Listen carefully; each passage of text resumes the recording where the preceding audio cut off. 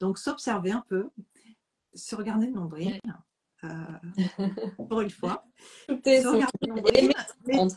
Dans l'expression aimer son ventre qu'utilise beaucoup Sinrois parce que finalement c'est ça, c'est quand même notre centre, le centre de notre corps, le centre de gravité. C'est là où on peut se sentir lourd, on peut avoir ouais, il y a beaucoup de gens, de plus en plus de personnes qui ont des problèmes au ventre et c'est souvent le bon curseur qui nous permet de nous dire si on mange des aliments qui nous conviennent ou pas. Donc c'est c'est ça. très important d'apprendre à écouter via différentes techniques. Je suis tout à fait d'accord.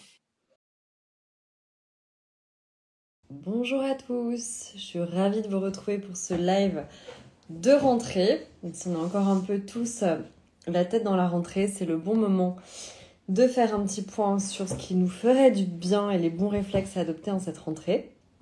Donc on a pensé à un thème qu'on adore avec Virginie Paré, donc voilà, qui va nous rejoindre. Donc nutritionniste, c'est comment éviter de se mettre le nez dans le guidon, la tête dans la rentrée, avec nos mauvaises habitudes alimentaires qui vont se donner les conditions propices à une alimentation plus en conscience et surtout qui nous apporte tous les nutriments anti-stress pour affronter cette rentrée avec sérénité. Tu arrives Bonjour, pile poil au bout de mon introduction, c'est parfait. magique. Bonjour Virginie, ravie de te Bonjour Caroline. J'espère que tu as passé un bel été. Ouais, toi Ouais. aussi? Oui, oui, oui, ça fait du bien de déconnecter. Je pense que ça fait du bien à tout le monde et voilà, on arrive en pleine forme et en même temps, je dis, il y a un tel changement entre ces 3, 4 semaines de l'été où on prend le temps de déconnecter, de se poser, et puis la rentrée qui est souvent une période très chargée, surtout voilà, pour les mamans, que je pense fortement, parce qu'ayant moi-même 3 enfants, mais c'est une période où il y a quand même beaucoup de stress, voilà, toutes les activités, donc il y a un changement de rythme très fort en septembre en général. Et donc, voilà, moi, je l'ai remarqué notamment au niveau de mon alimentation, avoir tendance à plus, voilà, se précipiter parfois vers des choses qui sont pas forcément recommandées, avec la fatigue, avoir tendance à avoir un peu trop vite recours aux excitants le matin, ce qui n'est pas forcément bon pour le sommeil et beaucoup d'autres choses. Donc, le but, c'était de faire le point avec toi. Je vais te laisser te représenter sur, voilà, des petites techniques, des bons conseils pour, d'une part, conserver cette bonne relation à la nourriture, c'est à ne pas se précipiter de manière émotionnelle, émotive vers une nourriture qui va compenser ces émotions de stress. Et d'autre part, apporter tous les nutriments essentiels voilà, à mieux vivre, on va dire, avec le stress. Je te laisse Tu te veux, présenter. tu veux que je me représente de nouveau? Oui, je veux.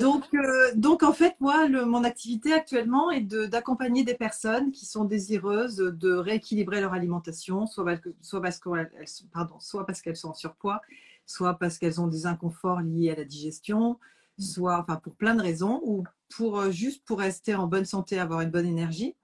Et puis, par ailleurs, j'écris des livres et je fais des conférences sur l'alimentation. Voilà. Donc moi, j'ai une approche très pratique de l'alimentation, même pédagogique souvent, de manière à rendre les personnes autonomes et qu'elles puissent se nourrir correctement, quelles que soient les circonstances et leur mode de vie. Voilà. Est-ce que tu observes justement à la rentrée, ou sûrement ça doit être avec un peu de décalage, quelques mois après la rentrée, un pic de personnes qui viennent te voir avec cet aspect voilà, gestion du stress ou alimentation plus déséquilibrée. Est-ce qu'il y a des périodes plus propices à ça ou pas forcément? Oui, eh ben, justement, le live tombe à pic au bon moment parce que c'est vraiment en ce moment en fait que les personnes sont le plus C'est stressées. vrai, hein. Il y a un petit pic aussi vers la fin de l'hiver, puisqu'il y a une grosse fatigue, mais il faut quand même rembrayer sur le printemps et ça demande beaucoup d'énergie. Mais c'est vraiment le moment où les personnes sont le plus stressées en ce moment, oui. Et ça va vraiment pomper justement dans les réserves, et notamment les réserves de magnésium qui sont là pour nous accompagner, pour mieux gérer ce stress. Et en fait, quand on va pomper dans ces réserves de magnésium, on gère moins bien le stress, donc on rentre dans un cercle vicieux qui fait que là, il faut faire vraiment attention à son alimentation et parfois même se faire aider par période par des compléments alimentaires qui vont nous aider justement à mieux Bah, gérer ce stress. le magnésium, c'est un point clé. On peut peut-être commencer par ce nutriment qui est effectivement vraiment un essentiel pour le coup, essentiel à plus de 100 réactions dans l'organisme et un essentiel de l'équilibre hormonal aussi. Euh, Effectivement, le magnésium est très consommé par le stress et consommé aussi par les moyens de contraception hormonaux aussi. C'est quelque chose qui se sait peu. Ils vont avoir tendance à agir en chélateur, c'est-à-dire à consommer notamment Ouais. du magnésium et de la vitamine B6 par l'alcool, qui aide aussi à la fuite du magnésium. Seraient tes grands conseils, toi, pour arriver par l'alimentation à mieux équilibrer ces doses de magnésium quand on sait que voilà, plus de 80% des femmes sont carencées déjà au long cours pendant l'année? Alors déjà, consommer des aliments qui sont riches en magnésium, comme les fruits secs, Ouais. enfin déshydratés, je veux dire, les oléagineux, Mm. les légumineuses, les céréales complètes, les crustacés. On est proche en fait du régime crétois Mm. et qui est très riche en magnésium. Donc déjà, avoir un apport naturel comme ça. Et puis parfois, prendre un petit supplément, vraiment quand le stress devient un peu sévère, prendre une supplémentation en magnésium avec des magnésiums qui sont facilement assimilables, Mm. tels que le bisglycinate, pardon, le magnésium malate, le magnésium citrate. Ce sont des magnésiums, et je sais que vous avez fait une combinaison avec les trois, donc c'est Oui, merveilleux. j'ai une question. Je vois, est-ce que les dosages de magnésium sont suffisants dans My Sérénité? Oui, je rebondis là-dessus. En tout cas, évitez vraiment les magnésiums marins parce que toutes les études, les magnésiums trop naturels disent que la biodisponibilité est vraiment pas bonne sur ce type de magnésium. Je sais qu'en cours de pharmacie, ils ont l'habitude de dire les magnésiums en hâte, c'est l'éclate, et les magnésiums, les autres formes, attention. Donc c'est un moyen facile de se repérer. Tous ceux que tu citais sont bons. Généralement, on recommande d'alterner les formes de magnésium. Nous, c'est pour ça qu'on a travaillé un complément où il y avait 3 formes complémentaires pour voilà, limiter ses effets secondaires. Nous, il faut savoir qu'on atteint 60% des apports journaliers en magnésium dans le complément, mais avec d'autres plantes qui vont aider à l'assimiler. Et en fait, l'idée, c'est que tous les minéraux, que ce soit le zinc, le magnésium, ces minéraux qui sont pourtant essentiels et dont on sait qu'on est souvent carencé, moi, je n'aime pas mettre 100% des VNR parce que je trouve qu'il y a aussi une logique alimentaire et quand on prend des minéraux au long cours, j'aime bien atteindre 60-70% des apports selon les assimilations et compléter le reste avec l'alimentation pour pouvoir les prendre aussi sur une plus longue durée et remettre les batteries à zéro. Donc c'est un choix, mais en tout cas, on voit normalement nettement la différence. Tu parlais aussi, le magnésium est quelque chose qui est important quand on le prend le matin. Il y a beaucoup de gens qui font l'erreur de prendre leur thé, par exemple, à côté. Où, voilà, il faut savoir que ça diminue énormément l'absorption du magnésium aussi, de le prendre proche de la théine. Et que l'alcool ou la déshydratation, le manque d'hydratation aussi, contribue aussi beaucoup à la fuite des sels minéraux et du magnésium.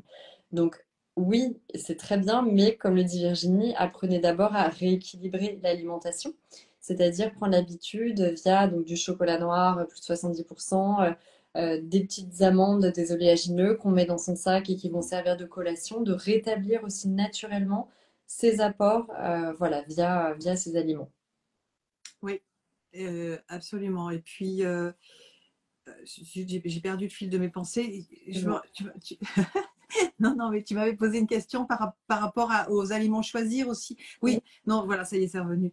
Ce que je voulais dire simplement aussi, c'est qu'il y a des aliments pièges, des aliments dont on pense qu'ils vont un petit peu soulager notre stress et qui, au contraire, vont ne faire que rajouter. Quand on est stressé, en général, on est fatigué. On va essayer de prendre des aliments qui nous apportent de l'énergie, donc des aliments riches en sucre, des aliments riches en caféine, en théine.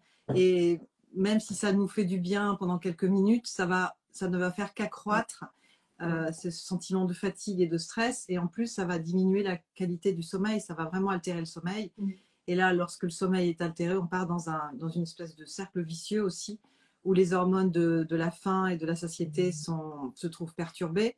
L'hormone de la faim augmente, l'hormone de la satiété se trouve inhibée, en fait, et on mange beaucoup plus que ce dont on a vraiment besoin. Alors que lorsqu'on est stressé, on devrait justement diminuer. En fait, il y a des règles simples à respecter pour accompagner son corps, pour qu'il aille un peu mieux et pour qu'il comment dire, pour qu'il soit soulagé de ce stress qu'on lui fait subir.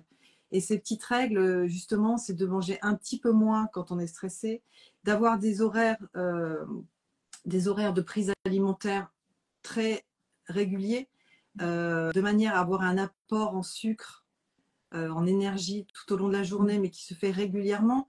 Parce que lorsque le cerveau manque de sucre, eh bien, c'est une violence aussi pour l'organisme, parce que le cerveau fonctionne avec de l'oxygène et du sucre. Donc, c'est le fait, par exemple, de s'arrêter de manger pendant une longue durée. Là aussi, c'est un stress. On va produire du cortisol, on rentre encore dans un cercle vicieux. Donc, respecter des règles simples, avoir une alimentation. Par exemple, le jeûne intermittent en période de stress ou des types de jeûnes, c'est quand même pas recommandé. On est d'accord. Quand tu dis qu'il faut, est-ce que ça peut quand même stresser encore plus l'organisme Bah, moi, je suis pour le jeûne intermittent de façon. Alors, je sais que je vais à l'encontre de la mode en ce Non, moment. mais peu importe, il faut des avis différents. C'est simplement mon point de Mhm. vue. Je ne suis pas du tout pour le jeûne intermittent sur le long terme et de façon régulière. Faire un jeûne intermittent de temps en temps, sauter un repas du soir, c'est excellent. Ça permet au système digestif de faire une pause. On lui laisse l'espace de se régénérer. En fait, on se lève en pleine forme le matin. En revanche, faire ça systématiquement comme un mode de vie, déjà socialement, c'est douloureux. Hein, parce que si on fait ça, par exemple, le soir, on a terminé les dîners, on garde les autres dîners alors que nous, on boit un verre d'eau. Et puis, on fait tomber le métabolisme de base, c'est-à-dire que le corps va dire, voilà, là, je dois fonctionner avec moins sur une plus courte durée. Et donc, il va s'habituer comme ça. Et le jour où on reprend une vie normale, là, c'est un peu catastrophique. Et puis, je me suis aperçue aussi que les personnes qui faisaient un jeûne intermittent régulièrement s'autorisaient, se disaient, bon, tiens, je fais un jeûne intermittent, donc je m'autorise à y aller sur les quelques heures où je peux manger. Et là, je me fais plaisir. Et je mange même parfois un peu n'importe quoi, ce qui, évidemment, n'a pas l'effet escompté. Donc, pour diminuer aussi le stress, avoir des horaires réguliers et choisir des aliments peu transformés qui, eux aussi, favorisent le stress, favorisent la gamberge, diminuent la qualité du sommeil. Donc, on essaie de faire les choses les plus naturelles possibles. On évite les chips, les sodas, tout ce dont on a envie quand on est stressé, en fait. Bah, il y a quelque chose auquel tu touches, je pense, qui est extrêmement important, c'est qu'en fait, on va avoir tendance, toute cette alimentation un peu compulsive, anti-stress, on va dire naturelle, de dire bah, je vais prendre, je donne plusieurs exemples qui n'ont rien à voir, mais un Coca zéro ou un Coca, des bonbons, comme tu dis, un paquet de chips, enfin peu importe, qui est un petit peu en disant faussement je me fais plaisir, sont des choses qui en fait vont entraîner un stress pour l'organisme in fine, puisque soit on va lui donner des excitants, soit on va lui donner des pics d'insuline et de sucre qui vont venir dérégler les choses. Euh, et en fait, on déstabilise très vite l'organisme. Par exemple, moi j'ai senti que bah, si on fait un écart et que pour X raisons on va manger très sucré le matin, notamment en se levant, bah, tout de suite on est déstabilisé dès avant 11 heures pour le prochain repas. Il y a un pic de faim, il y a un pic de fatigue. Et en fait, on va créer des manques très très forts. Un organisme qui va bien, qui se nourrit bien, normalement il y a un côté beaucoup plus linéaire où il y a voilà, moins de fringales, moins de stress. Mais alors, comme tu disais, comment on arrive à gérer ça sans créer de la frustration? Moi, j'aime bien ton idée. C'est le jeûne, finalement. Si on le fait tout le temps, soit il y a des phénomènes de rattrapage parce qu'il y a de la frustration sociale ou autre. Voilà, soit on s'autorise des choses. Donc, comment on peut idéalement, du petit déjeuner au dîner, s'accorder voilà, des horaires réguliers sans frustration en mettant les bons nutriments et en ayant l'impression de pouvoir être rassasié en fait émotionnellement et nutritionnellement. Alors déjà, en pensant qu'on a une chronobiologie et qu'il est important de la respecter, à partir du moment où on va se mettre en confrontation ou même qu'on va aller à l'inverse de cette chronobiologie, ça va générer du stress, un pic de cortisol. Et le cortisol est directement lié à l'insuline. Et c'est comme ça qu'on rentre encore dans quelque chose de pas bon pour nous. Donc, essayez de respecter au maximum notre chronobiologie avec des aliments qu'on digère mieux le matin et un petit peu moins bien le soir. Et savoir justement que ce cortisol, eh bien, on le produit très régulièrement dans la journée. Et comme par hasard, on le produit à l'heure des repas. Alors, on en produit une bonne quantité le matin, ce qui nous permet de sortir du lit et ce qui nous donne la motivation. Ensuite, un petit peu à midi, encore un petit peu moins à 16 heures et un tout petit peu à 20 heures. Et ça nous donne déjà beaucoup d'indications. Alors, le matin, c'est l'heure où il y a une régénération cellulaire, il y a un départ. Donc, pour ça, on a besoin de bons lipides et de bonnes protéines de qualité, ou même des sucres lents, des index glycémiques bas, tels que les céréales complètes, par exemple un pain au levain complet, etc. Tout ça, on peut le manger le matin. Donc le matin, on peut y aller, on peut manger de façon consistante en mangeant justement ces protéines, des bons lipides, noix, noisettes, amandes. C'est bien Tout que tu ça. rappelles le pain et autres, parce que là, les dernières études qui paraissent, on serait très carencé en fibres, notamment pour nourrir l'intestin, les bonnes bactéries de l'intestin. Et Exactement. finalement, bah, les fibres, presque plus facile de les intégrer le matin. Alors bien sûr, on peut rajouter des légumineuses et d'autres choses à d'autres pas, mais quand même, quand on regarde les habitudes de consommation, si c'est pas le pain le matin ou les céréales complètes du matin, c'est encore plus difficile dans la journée, en dehors des fruits et légumes, de les intégrer. Donc, je pense que voilà, penser aux fibres le matin notamment, c'est quand même un bon point. Oui, Et notamment pour toutes les personnes qui disent oui, mais quand j'arrête le café, je suis incapable, enfin, ça dérègle mon transit en fait. On a beaucoup entendu ça aussi. Je pense que c'est voilà, très important de réintégrer ça le matin. alors pour le café, moi je suis tout à fait pour continuer le café quand on adore ça, mais ne pas en prendre trop de manière à ne pas produire justement de cortisol. Le café stimule la production de cortisol. Alors prendre un café le matin, à moins qu'on soit sous stress chronique sévère, là ça va pas arranger les choses. Mais prendre un café le matin parce qu'on aime ça, surtout ne pas s'en priver parce que le stress va être supérieur, la frustration va être supérieure aux méfaits. Puis bon, le café en petite quantité reste bon pour l'organisme. Et donc le matin, des index glycémiques bas, comme tu dis très justement, des fibres justement qui font tomber l'index glycémique moyen des repas, des protéines et des bons gras. Donc ça, c'est le petit déjeuner parfait. Donc Et à juste partir de là, avant que j'oublie, désolée, je rebondis sur les questions. Il y a ouais, quelqu'un qui me demandait par quoi remplacer les légumineuses quand on ne les supporte pas. Il y a des gens qui les digèrent mal. alors Je les suis légumineuses, désolée. ça reste les légumineuses. Et en revanche, quand on les digère pas, peut-être que c'est bien de les laisser tremper longtemps avant, de manière à ce que les fibres soient un peu plus ramollies. Par exemple, les pois chiches, enlever la petite opercule qu'il y a autour. Donc, on peut le faire avec des torchons comme au Maghreb. Là, on peut faire ça très facilement. Et là, ça fait partir. Et là, les pois chiches deviennent très digestes, bien mâchés, bien sûr. Et puis, il y a des légumineuses telles que les lentilles corail qui restent très digestes, qui sont donc on doit pouvoir trouver des solutions. Alors c'est sûr quand on peut pas en manger ou qu'on déteste ça, eh bien manger des légumes, manger des oléagineux, manger. Mais La fermentation, ça aide pas beaucoup là-dessus, parfois. comment Je sais pas. comment Le fait de fermenter certaines choses, ça peut aider ou pas? Oui, ça peut aider effectivement, ça peut aider, mais faire tremper aussi ça peut aider. Et puis oui, normalement les lentilles corail enfin je C'est connais vrai. personne qui les supporte pas. Voilà. C'est vrai. Alors, des petites dalles de lentilles corail, voilà. Ah non, pas des petits déj de lentilles corail, hein, c'est pas ce que j'ai Des dit. Hein. petites Ah, dalles, pas déj. des dalles, pardon, j'ai compris petit déj de lentilles corail. Non, Non, non. un peu trop petit Là, déjeuner. il ne faut pas abuser, il ne faut pas exagérer. Et, Bon, il y ouais. en a à qui ça peut plaire, mais. Donc Non, non. voilà pour pour le petit déjeuner. Donc un petit déjeuner à index glycémique bas, comme ça, va permettre d'avoir un apport de sucre au niveau du cerveau, notamment au niveau global, un apport de sucre régulier qui va nous faire tenir jusqu'à midi, 1 heure, tranquillement. Pas de pic d'insuline, pas de pic de cortisol, donc pas de Mhm. stress supplémentaire. Et puis à midi, eh bien, toujours des légumes, donc un apport de fibres. Donc des légumes, lorsqu'on a des difficultés intestinales, plutôt des légumes cuits.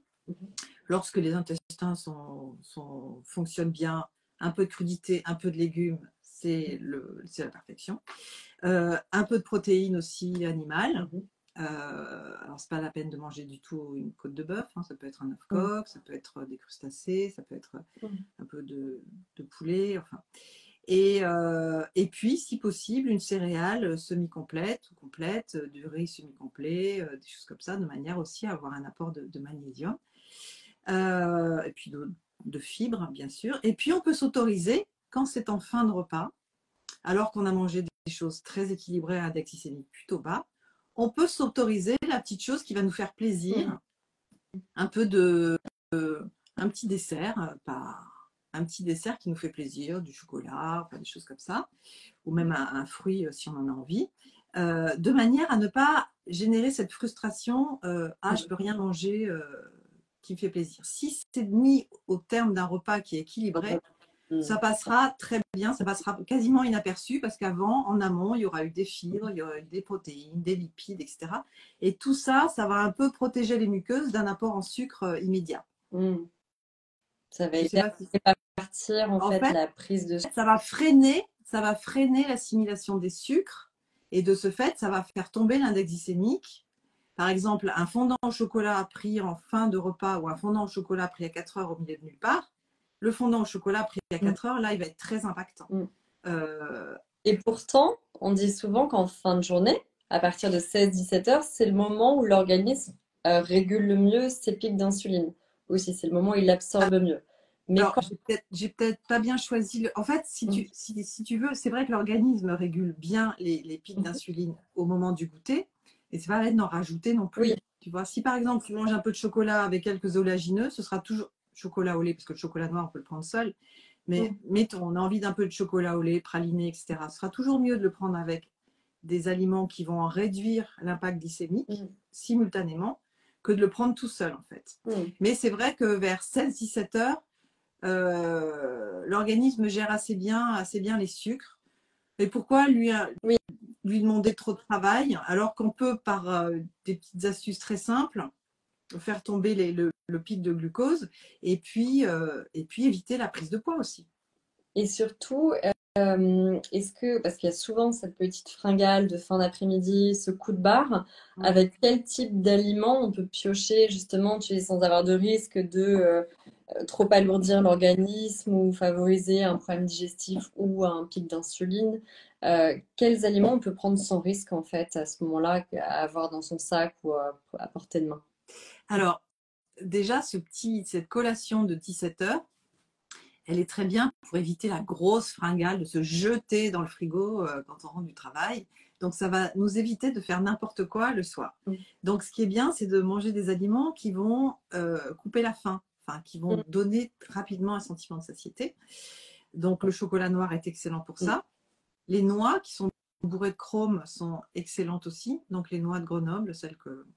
Donc, Mm. ne pas acheter des cerneaux directement, Ah, hein, les casser. Parce que les d'accord, cerneaux, en fait, les noix contiennent beaucoup d'oméga 3 et quand les cerneaux sont sortis de leur coquille, ils s'oxydent et c'est fini. Ils sont d'accord. totalement altérés. Vous pouvez... Bon, alors les noix, c'est pas toujours facile à casser au bureau, hein. C'est pas toujours facile à casser dans la rue ou au bureau. Donc, des amandes, des noisettes, des choses comme ça, un peu de chocolat noir ou même un vrai bon pain. Le goûter de quand on était petite, un vrai Mm. bon pain au levain avec un petit sandwich pain beurre chocolat noir, ça peut être très bien Ouais, aussi. ouais, ouais. Bon pain, bon pain. Ça, il y avait une question sur les enfants. Et par Ouais. exemple, d'habituer, les enfants ont encore moins de goût préformaté que nous. C'est-à-dire pour les... Pourtant, on a tendance à les habituer excessivement au sucre, notamment à travers tous les goûters et tout. Et on se rend compte que, par exemple, moi, j'ai fait passer mes enfants du chocolat au lait au chocolat noir. C'est tout bête, mais ils s'habituent très vite au goût, ils s'habituent à l'apprécier. Et finalement, après, un petit sandwich pain, comme tu disais, au levain, chocolat noir, c'est beaucoup plus sain qu'un pain au chocolat ou du chocolat au lait ou du Bien Nutella. Et sûr, les enfants ont cette plasticité aussi, cette capacité à s'habituer. Et nous aussi, on arrive bien très bien sûr. à se faire du sucre.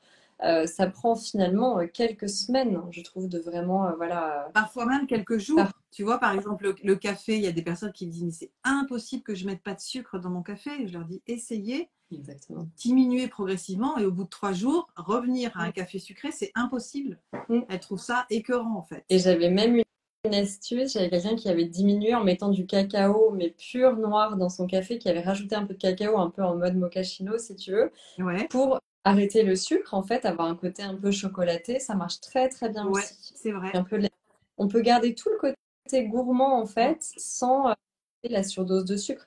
Comme dans les recettes, d'ailleurs, on le dit beaucoup avec des chefs ou des nutritionnistes. Les grands chefs, généralement, c'est pas les desserts les plus sucrés en fait en dose de sucre. On a toujours tendance à avoir des doses de sucre bien trop importantes, voilà, qui saturent un peu et on se rend compte qu'en diminuant de moitié, d'un tiers, on arrive tout à fait à des résultats presque meilleurs. Donc, Et et et ce sucre, excuse-moi, je t'ai coupé, mais ce sucre, en fait, il est très, justement, très, il alimente le stress énormément. bah, Et il vraiment, crée des c'est fringales, ça. ces pics de fatigue, tout ça. Non, mais tu sais, c'est amusant parce on parlait du magnésium.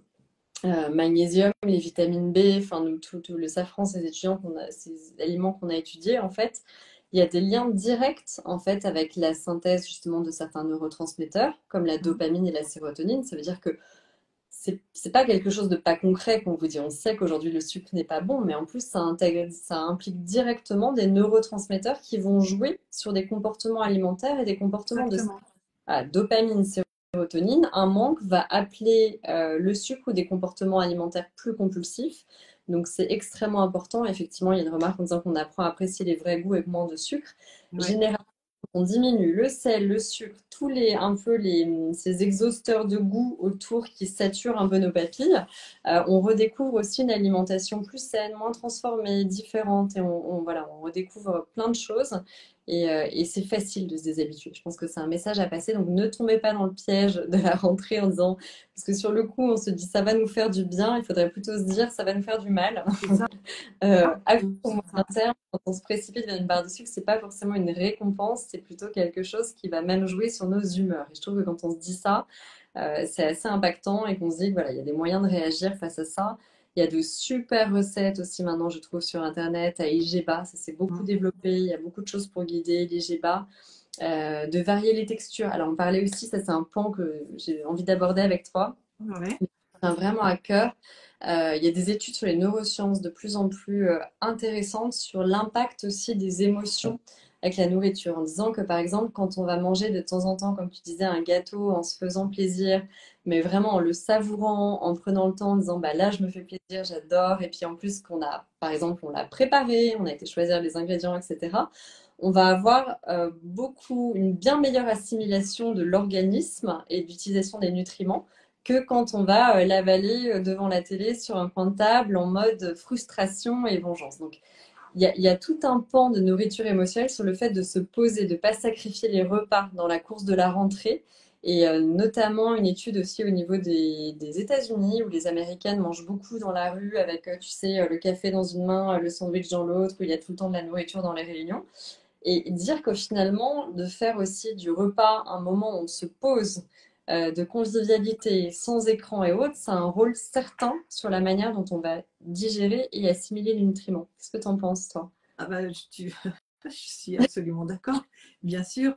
Alors, c'est vrai on va reparler de slow food maintenant. On a beaucoup parlé de fast food. Et c'est vrai qu'il est temps de reprendre le temps de s'alimenter.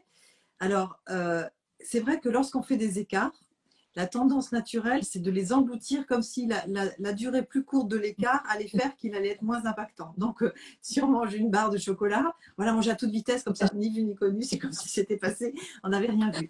Alors que quand on fait un écart, au contraire, bon, quitte à faire un écart, autant le savourer cet écart.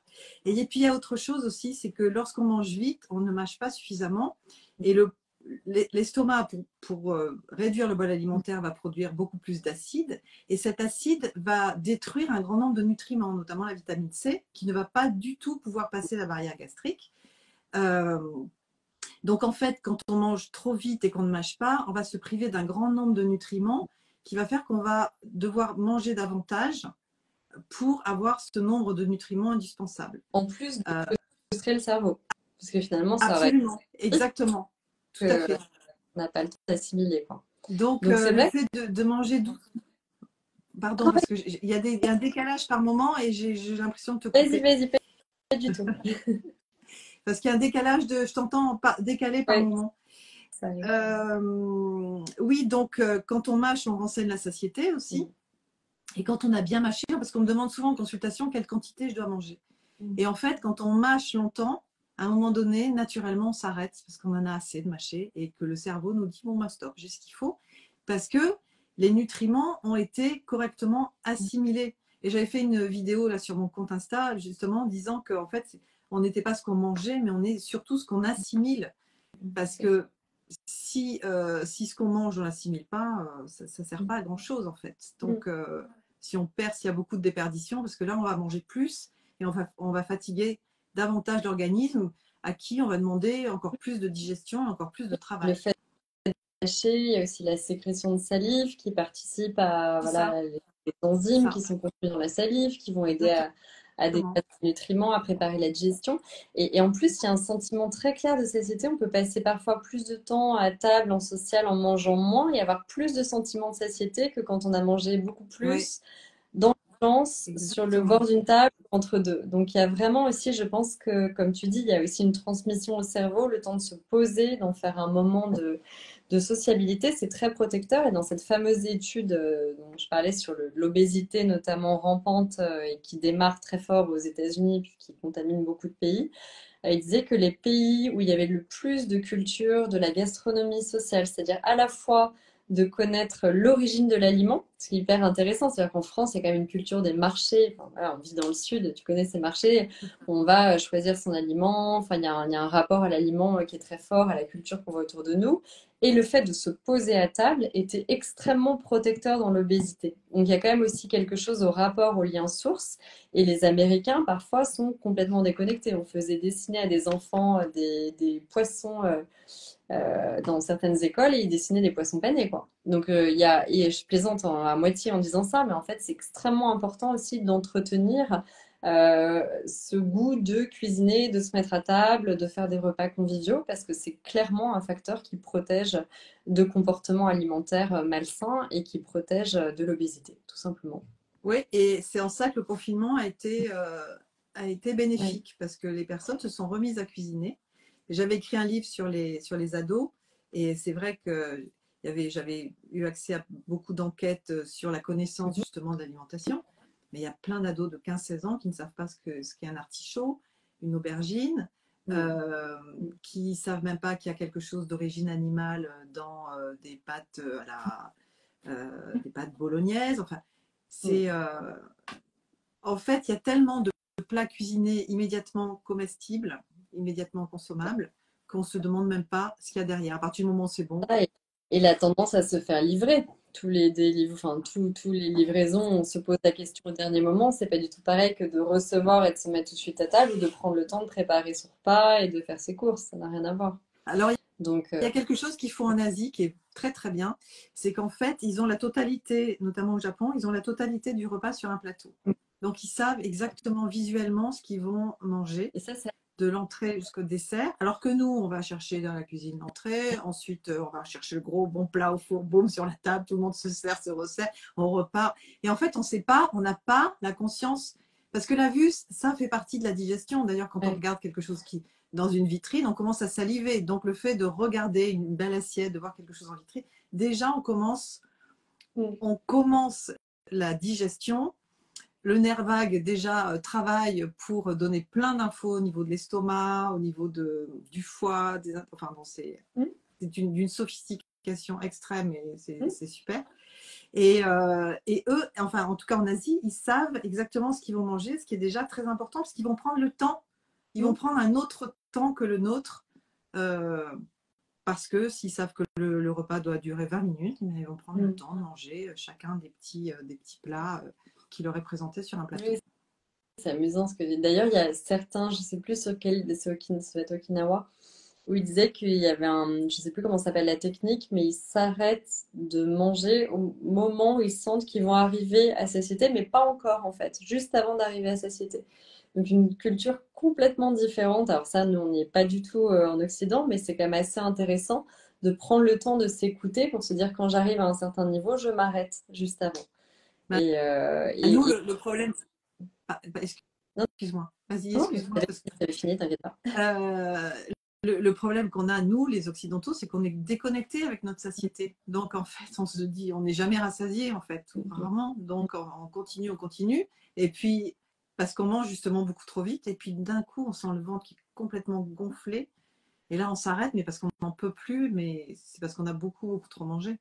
Ouais. Et d'ailleurs, tu voulais parler du ventre, donc très bonne transition. Ah, Euh, parce que c'est très important parce que nous, on a beaucoup de femmes. Alors, donc moi, je travaille plus sur l'équilibre hormonal, comme tu le sais, mais bon, voilà, il n'y a pas de pilule miracle. On fait des choses pour accompagner là-dedans. On parlait de maille essentielle sérénité qui peut accompagner sur cette gestion du stress et voilà, en apportant des nutriments essentiels.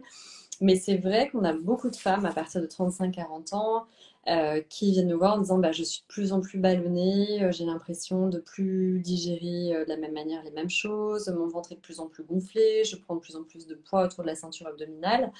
Est-ce que tu as quelques conseils particuliers là-dessus?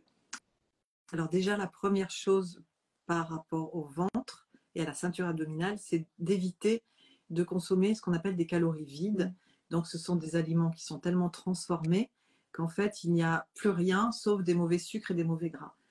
Le corps ne sachant vraiment pas quoi en faire, enfin, il n'y a rien à en tirer de ces aliments, à part parfois un petit plaisir gustatif. Et Par chocolaté, ce genre de choses. oui, les chips, les crackers, les sodas, certains aliments préparés. Et ça, ces calories vides, elles viennent se stocker systématiquement sur le ventre. Et en plus, elles sont souvent riches en additifs, conservateurs. Et ça nous dézingue la flore intestinale parce que ça va vraiment altérer la qualité de notre flore et c'est vraiment mauvais pour le ventre. Et si la flore n'est pas équilibrée, tendance à se dégrader avec l'âge en fait, et notamment la ménopause. Ouais. Donc ça, c'est la principale chose en fait, c'est ça, c'est d'éviter, c'est de ce que tu disais tout à l'heure, c'est de recommencer à cuisiner, d'acheter des aliments naturels. Et puis même, quitte à faire des choses simples, mais et puis de se rapprocher du régime crétois, du régime méditerranéen, qui est riche en légumes, en légumineuses, en riz. Il n'y a pas trop de blé dans le régime. Et puis des poissons gras, du fromage plutôt de brebis, des choses comme ça. Et on est sûr de ne pas se tromper. Limiter les produits laitiers. Et j'avais vu une dernière question passer sur, parce qu'il y a beaucoup de gens qui se disent, oui, mais parfois le petit verre d'alcool, il est déstressant. Voilà, le soir. Qu'est-ce que tu en penses? Voilà, je comprends ce point de vue. Par quoi on peut remplacer idéalement ce type d'habitude? Si Alors, j'ai pas envie de la remplacer, moi, à partir du moment où c'est pas pris en trop grande quantité. C'est une bonne nouvelle, hein. Oui, parce que le vin, en plus, lorsque c'est un vin rouge, il est basifiant, donc il fait remonter le pH. Donc, c'est plutôt pas mal. La seule chose, enfin, je donnerai 2 conseils. C'est déjà ne jamais boire un verre de vin sans avoir mangé au préalable, c'est-à-dire essayer de le boire par petites gorgées tout au long du repas, de manière à ce qu'il soit un petit peu épongé par le bol alimentaire. Ça, c'est la première chose. Et la deuxième, de prendre bien sûr un vin de qualité, si possible bio et encore mieux nature, parce que le vin nature, c'est le seul vin qui ne contient rien d'autre, absolument rien d'autre que du raisin. Et c'est juste la fermentation du raisin. Donc là, on est dans un bon aliment. À partir du moment où il n'est pas consommé, le vin nature, c'est ce qu'on fait depuis des millénaires. Et donc, c'est un aliment, c'est du raisin fermenté, donc les fermentations, c'est toujours bon.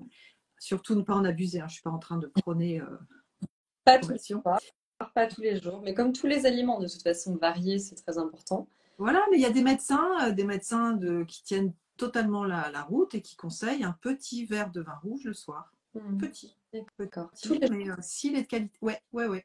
D'accord. Mais en biodynamie, naturelle, sans sulfite. En nature, au moins bio. Il y aura toujours des sulfites parce que c'est la fermentation qui va rentrer. Mais sans sulfite ajouté. Voilà, sans sulfite ajouté, exactement. Mais par exemple, professeur Joyeux conseille un verre de vin, mais petite quantité, j'insiste. Et rouge toujours, parce que blanc et rouge, c'est préférable rouge, parce qu'il y a plus de polyphénol, plus de... Voilà. Ok. Et puis, surtout, si on en boit trop, ça va nous empêcher de dormir. Donc, le soir, petit repas léger, puisqu'on était dans notre chronobiologie. Repas léger, repas plutôt riche en tryptophane, qui vont eux-mêmes être précurseurs de mélatonine, donc l'hormone de l'endormissement. Donc, ces tryptophanes, eh bien, ils sont souvent avec les aliments qui contiennent du magnésium, comme par hasard. Donc, les légumineuses, les céréales complètes, les poissons gras, les crustacés, les œufs, la banane, exactement. Voilà, donc tous ces aliments-là vont aider à un meilleur sommeil. Bon, bah super. Il va aider à gérer le stress. On a plein de carottes pour éviter d'être ballonné, pour voilà, mieux gérer le stress. Non, en fait, c'est pas si compliqué. On peut s'autoriser beaucoup de choses. Il faut pas tomber dans les mauvais réflexes. Et finalement, voilà, le mauvais marketing, on va dire, de toutes ces choses un peu sucrées qui sont valorisées comme de la nourriture ludique et anti-stress et qui ne le sont pas du tout, in fine, et dont on va payer les pots cassés quelques heures après le plus souvent. Donc, je pense que c'est ça le principal message. Est-ce qu'il y a d'autres questions? Est-ce que tu as quelque chose à ajouter là-dessus? Parce que je pense qu'on a oui, alors j'ai quelque chose à ajouter par rapport au stress. En fait, il y a un facteur qu'on prend plus suffisamment en compte, c'est le temps. le temps de cuisiner, le temps de prendre les repas, le temps de faire les courses. Alors on en manque souvent, mais il y a toujours moyen de s'organiser. On peut trouver des choses pour s'organiser. Ce temps, il est le temps de maturation de certains aliments, de fermentation. Le temps, à partir du moment où on reprend le travail, on a tendance à courir après et à ne pas l'utiliser comme un paramètre de santé important, très important. Et voilà, par rapport au temps. Et par rapport à la chronobiologie, je voulais dire aussi quelque chose, c'est qu'il est important de la respecter également le week-end. Même quand on est fatigué, essayer de ne pas se lever à 11 heures du matin le week-end, ce qui va dérégler nos cycles. Si on se lève à 7 heures du matin en semaine, essayer de se lever au plus tard 7h30, 8 heures, tant qu'on produit encore du cortisol, de manière enfin, ça peut vraiment être impactant au niveau du stress quand on a des horaires totalement différents le week-end. D'ailleurs, sommeil et fringales alimentaires, c'est souvent lié. En fait, souvent, quand on a des petites nuits ou qu'on est en manque de sommeil, on va avoir beaucoup plus de fringales, de coups de barre.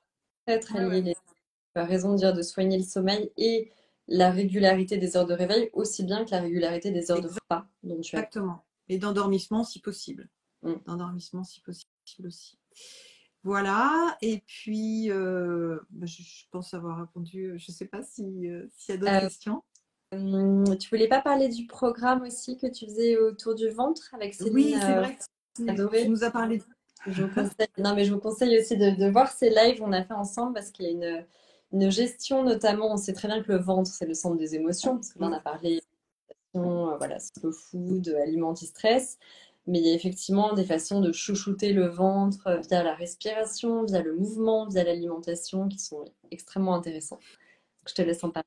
Oui, donc on a décidé avec Céline Roy donc de faire un programme pour que les femmes puissent se réapproprier leur ventre, apprendre à le comprendre, apprendre à l'aimer et apprendre à en prendre soin. Il n'y a pas un ventre qui est comme un autre, puisque déjà, chaque être humain a une flore intestinale qui est unique. Alors c'est vrai qu'il y a des grands fondements à garder, des grands fondamentaux à garder, ceux qu'on a évoqués ensemble. Mais en fait, on a, avec ce programme donc, qui allie le sport, le mouvement, la respiration, avec la méthode de Céline Roy et l'alimentation, eh bien, on accompagne les personnes de manière à ce qu'elles puissent se réapproprier complètement ce ventre et savoir ce qui lui fait du bien, en fait, par la respiration, par l'alimentation. Donc, s'observer un peu, se regarder le nombril, pour une fois. Se regarder le nombril. L'expression aimer son ventre qu'utilise beaucoup Céline Roy parce que finalement, c'est ça, c'est quand même notre centre. Le centre de notre corps, le centre de gravité, c'est là où on peut se sentir lourd, on peut avoir il y a beaucoup de gens, de plus en plus de personnes qui ont des problèmes au ventre et c'est souvent le bon curseur qui nous permet de nous dire si on mange des aliments qui nous conviennent ou pas. Donc c'est très important d'apprendre à écouter via différentes techniques. Je suis tout à fait d'accord. Voilà, donc on va faire ce programme qui va sortir le 30 septembre. Donc on travaille d'arrache-pied là-dessus. Et voilà, je pense qu'il sera vraiment complet pour comprendre ce qui se joue et faire au mieux pour que le ventre fonctionne bien. Et un ventre qui fonctionne bien, c'est une meilleure énergie, c'est une silhouette plus jolie, un meilleur sommeil, une etc. meilleure assimilation des nutriments aussi. Absolument. Bon, bah écoute, je suis ravie, toujours plein de choses intéressantes que j'apprends. Bravo pour ce lancement de programme. Et puis, s'il y a d'autres questions, normalement, j'ai essayé de prendre toutes celles qui se listaient au fur et à mesure. N'hésitez pas, puis nous, on y répondra après. Et puis, très volontiers. Je lancerai le programme. Tu me mets si tu mets le replay, tu me mets en replay de manière à ce que je vois les questions aussi, que je puisse y répondre s'il y en a. Avec plaisir. Et n'hésitez pas, profitez qu'on ait Virginie avec nous. Merci beaucoup en tout cas. Merci à toi, Caroline. Au revoir. À bientôt.